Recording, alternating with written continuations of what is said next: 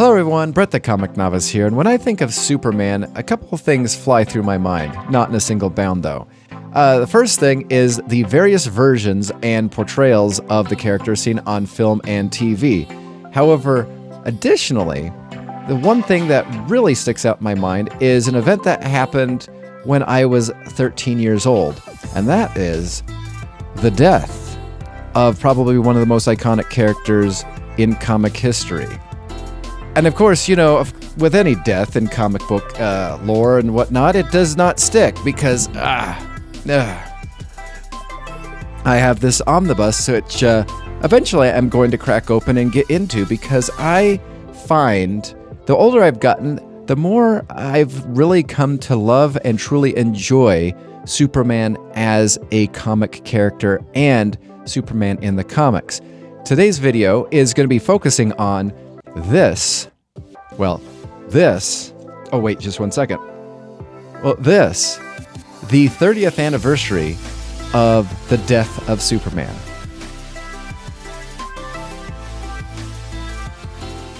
All right, well, before we dive into the death of Superman, the 30th anniversary issue number 1, before we do that, I think I must be remiss that, I need to bring up the fact that there are various variant covers of this particular title. Now, it is not common, especially, the last anniversary or whatever I picked up was this Aquaman one. There was probably about at least 8 or more.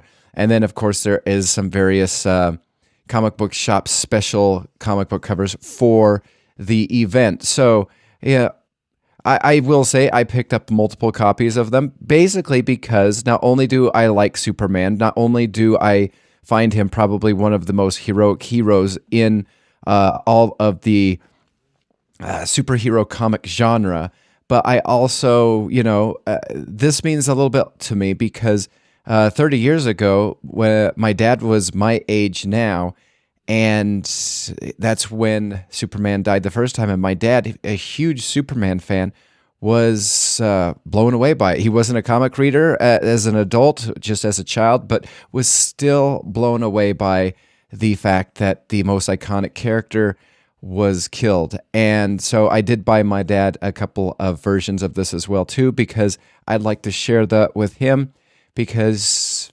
I do appreciate the father and son bondingness over shared and similar interests. So but I do need to, I've picked up multiple copies, and I might be picking up a couple more here and there, maybe collecting the whole set, except for, the 1 in 25 and 1 in 100 variants. I'm not doling out that kind of money for any cover, ever. So as we open up this story, we are greeted with, similarly to what we've experienced in multiple anniversary issues and whatnot, we have the chapter breakdowns of the various stories contained within the Death of Superman 30th Anniversary Special. The Life of Superman, Above and Beyond, Standing Guard, and Time, with various pinups by various artists. Now, it must be said that The Life of Superman is perhaps the longest story out of all of them. It was done by Dan Jurgens, who not only kind of was writing at the time the Superman stories, but he also picked up, and it must be noted, during the DC Rebirth era, especially early on, he was one of the writers for Action Comics, and part of his stories, not only for the death of Superman, but also one of the storylines revolving around Doomsday is brought up in this issue too. The Life of Superman was a, kind of previously, what I like about it is it brought back the team that Superman was working with, Guy Gardner and a couple of other people that, I'm less familiar with because they're not on, the active JLA roster. I'm more, used to Superman, Batman, Wonder Woman, and stuff like that, even though that has been brought up also. But there's another, not a B tier, but another tier of superheroes that were with Superman during this that I have not read. I do hope to crack open that omnibus for the death and the Return or the Reign of the Supermen series. And then it's a fun story. And the only question I have about it is, the passage of time. It's good, it's not great, but maybe it's just my lack of knowing the source material, reading the original Superman, as it came out. I've gone back and picked up some single issues here and there, and I look forward to cracking those open as well, too, because, again, I think Superman is probably one of the best superheroes, but currently, in modern time, in 2022, I feel as though probably underrated. We have Batman, we have so many of the X-Men that are constantly, in, around, Spider-Man also. But Superman, for his heart, for his character, I feel is possibly below the radar, and I find that, a little sad. The story focuses on a construction worker who mutates into a version of Doomsday because he was one of the people that cleaned up Metropolis during the Doomsday incident, and he kept one of the broken off, not appendages, but, like not fingernails either, for lack of a better word, just, I guess some growth, I don't know. And it was giving off some sort of, not radiation, but some sort of essence that was transforming him into a Doomsday monster, which I do like the kind of reimagined monster. I kind of wish that certain things would last a little bit longer, because I feel as though that this could have possibly been a multiple story Superman story. And of course, what you can't pass up on is at this point in time, John Kent is probably about 12-ish years old. He's finding out for the first time that his dad died, and that's kind of a big deal. And, I guess it's kind of like, the sex talk. They were like, yeah, we'll get around to talking to that, when you're older and when you're ready.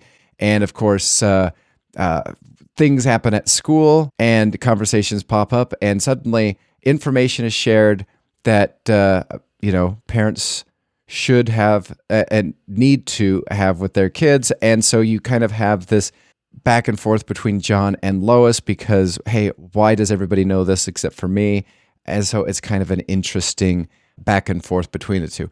Again, it's a good story, not a great story. The next story I think I like more. It was Above and Beyond, written by Jerry Ordway. And what I like about it is there is instances where they use some art, or not exact art, but basically very similar to previous stories told by the writing team of Superman at the time. And so you have this Mongol story. I'm not sure if this one was referenced at all, but I mean, it's so good. Like, I just wish they would have given like proper, like, numbers or whatever, or volumes to go back to. I mean, I have DC Infinite Universe app, so I can just pull from there, but it's for as long as Superman's been around, it's kind of a hard task to kind of figure out where some of these stories happen. But they do give some references in some editor's notes, so I do appreciate that. Standing Guard, I've always, when I watched Young Justice way back when, I found it very interesting. I like the Guardian character, and in Supergirl, they kind of use the Guardian character, but just differently. I kind of like the aspect of Guardian and who he is and what he represents. And yeah, and then of course you have the last story, which is Time, written by Louise Simonson. And what I like about the only thing that I wish they could have kind of would have done is, I bought these for my dad, and then I bought them for myself. So you have this creator right here who did I can't think of what the Superman was, but then you had the Superboy right here, which was done by some of the same creators. You have this one, which was the other one. And then, of course, you had John Henry Irons, who was the fourth Superman. I can't think of what the names are for each one of these ones, but I think it would have been neat had they kind of maybe, and maybe I just don't know, maybe that, but they could have just kind of added some of those Supermen during the Reign of the Superman era in part of the 30th anniversary. Or maybe what they're going to do is they're going to have a 30th anniversary of Reign of the Superman, so that they can highlight each one of those characters as well as those creators. So stay tuned, I guess, for something like that. Thanks for watching. I hope you enjoy. I thoroughly enjoyed this. Was it, a 10 out of 10? No, I'd probably say about 7.5. It was a good read. It was fun. It brought me back to, maybe had I been reading comics in the early 90s, it brought me back to that kind of time, wish that I could go back and relive those moments again in that specific decade. But yeah, thanks for watching the YouTube channel. What did you like? Like, subscribe, whatever you'd like to do. Stay tuned for more videos. And again, please comment. I do appreciate it. Thanks. And until next time, we will see you in the dollar bin.